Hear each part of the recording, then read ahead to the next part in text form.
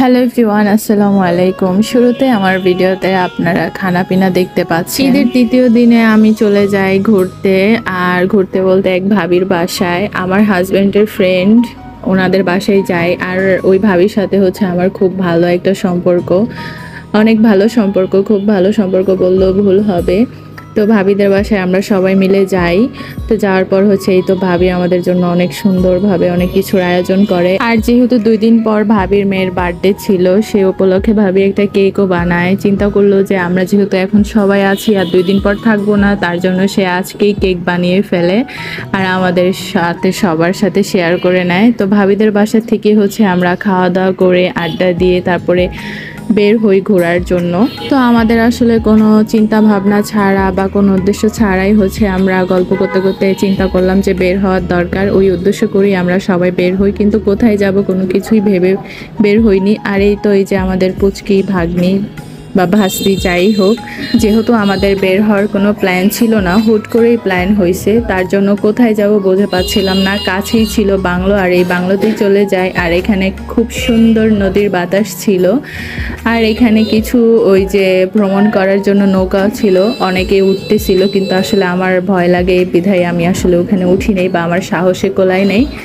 এরপর এখানে আমরা কিছুক্ষণ দাঁড়িয়ে বা আড্ডা দিয়ে তারপরে চিন্তা করলাম যে এখান থেকে কোথায় যাওয়া যায়। তো ওখানে দাঁড়িয়ে প্ল্যান হলো যে এখানে নাকি কোথাও বাণিজ্য মেলা শুরু হয়েছে, আর সেই মেলাটা নাকি দেখতেও খুব সুন্দর। তো যেই ভাবনা সেই কাজ, সেই হিসেবে আমরা রওনা করি মেলার উদ্দেশ্য। তো এই তো চলে আসি এই মেলাতে।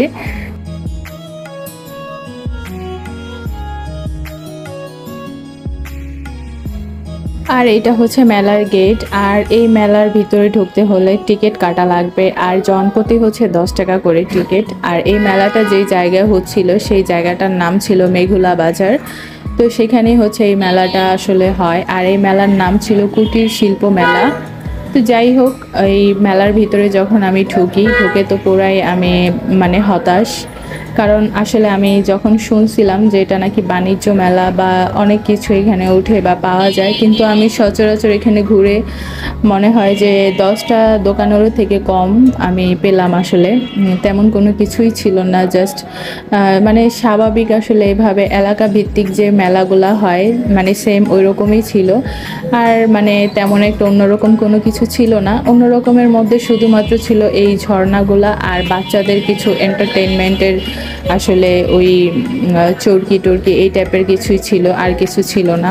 আমার মনে হয় 10 টাকা টিকিট কেটে এই মেলাতে ঢোকার আসলে কোনো মানেই হয় না, কারণ এর থেকে অনেক বড় বড় মেলা হয়। আর আমাদের ওইদিকে প্রত্যেক বছরে একটা করে মেলা, মানে একবারই মেলা বসে, আর সেই মেলাটা আসলে অনেক বড় সড়ো হয়, মানে সেখানে অনেক কিছুই ওঠে, আবার অনেক খাবারের আয়োজন থাকে, আবার বিনোদনের জন্য অনেক কিছুই থাকে। আবার সেখানে গান হয়, যে পালা গানগুলা কিংবা বাউল গানগুলা, এখানে কিন্তু তেমন কোনো কিছুই ছিল না, জাস্ট মানে অল্প কিছু।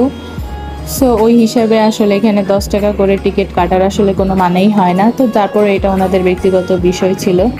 আর এখানে মানে তাঁত বস্ত্র কিংবা কুটির শিল্প বলতে মানে অনেক কিছুই লেখা ছিল, এগুলো কোনো কিছুই এখানে ছিল না। সত্যি বলতে এখানে আসলে আমার অতটা ভালো লাগেনি। আমার মনে হয়েছে যে সেদিন যে আমরা ঘুরতে গেছিলাম আমাদের বাড়ির এলাকায় যে মেলাটা বসছে ওইটাই বেশি ভালো ছিল এখান থেকে।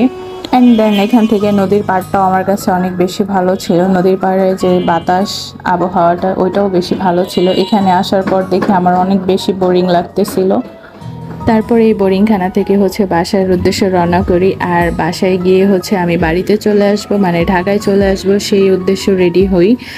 আর ঢাকায় আসার আগে হচ্ছে এখানে আমি কিছু জিনিস হচ্ছে পেরে নেই বলতে এই যে যেরকম কচু কাটি, তারপরে হচ্ছে গাছের যে মিষ্টি কুমড়ার শাক ছিল সেই শাক পাতা, তারপরে হচ্ছে এগুলা গাছের লেবু, 2টা লেবু ছিঁড়ে নিই। আর এগুলো হচ্ছে পরের দিন সকালবেলার আসলে ফুটেজ ছিল।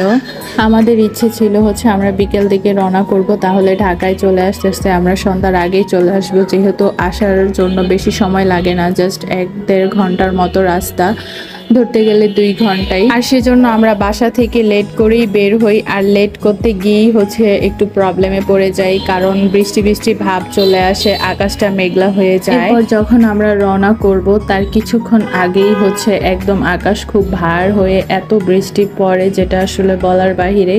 আর আমার খুবই ইচ্ছে করতেছিল আসলে এই বৃষ্টিতে ভেজার, কারণ এই বৃষ্টিটা আসলে হচ্ছে ভেজার জন্যই, কারণ এই বৃষ্টিতে আসলে কোনো বিদ্যুৎ চমকানোর ভয় নেই বা অত ভারী বৃষ্টি না।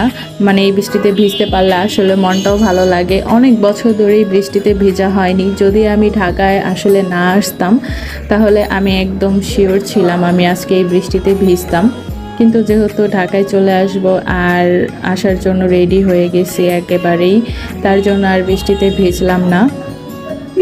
তারপরে এই বৃষ্টির জন্য অপেক্ষা করলাম কিছুক্ষণ, এই বৃষ্টি কমার জন্য। এরপর এই বৃষ্টি কমার পর বাড়ির উদ্দেশ্যে রওনা করি। আর বৃষ্টিটা কিন্তু আসলে খুবই সুন্দর। এই কয়দিন শ্বশুরবাড়ি থাকার পর আজকে আবার চলে যাচ্ছি, তো আর মানে উঠায় নেওয়ার আগ পর্যন্তই আর শ্বশুরবাড়ি আসা হবে না, যেহেতু 2টা ঈদ ছিল তার জন্য ঈদে আসা হলো। এছাড়া আর তো এখানে আসা হবে না, হয়তো বা ইনশাল্লাহ আবার একেবারের জন্য চলে আসতে পারি, নয়তো বা আবার সামনের বছরে হয়তো বা ঈদের সময় দেখা হবে।